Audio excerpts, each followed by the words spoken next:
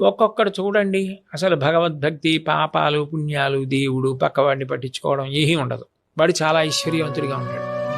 ఒక్కొక్కడు చాలా పవిత్రమైన జీవనంతో ఉండి దరిద్రుడిగా ఉంటాడు. అప్పుడు సాధారణంగా ఏమంటారంటే, ఏమండి భగవంతుడు అన్నవాడు ఉంటే ఈయన ఇలా ఉండడం ఏంటి, ఆయన అలా ఉండడం ఏంటి? కరెక్ట్. దీనికి జవాబు ఒక్కటే. సనాతన ధర్మంలో ప్రాణప్రదమైన సిద్ధాంతం ఏమిటంటే కర్మ సిద్ధాంతం. గత జన్మలలో మీరు చేసిన పాపపుణ్యాలు ఏ ఉన్నాయో వాటిని మీరు ఈ జన్మలో అనుభవించాలి అని. ఆయన గత జన్మలలో పుణ్యం చేశాడు, దాని ఫలితం ఇప్పుడు ఐశ్వర్యం అనుభవిస్తున్నాడు. ఇప్పుడు చేస్తున్నాడు పాపం, దీన్ని అనుభవిస్తున్నాడు. ఆయన గత జన్మలో పాపం ఇప్పుడు పూర్తి చేసేసుకుంటున్నాడు, అయినా ఇప్పుడు పవిత్ర జీవనం పొందున్నాడు.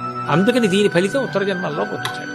అప్పుడు ఆయనకి హెచ్చరిక, ఈయనకి భుజం మీద చెయ్యి పెట్టి అభినందించి అదే పవిత్ర మార్గంలో వెళ్ళడానికి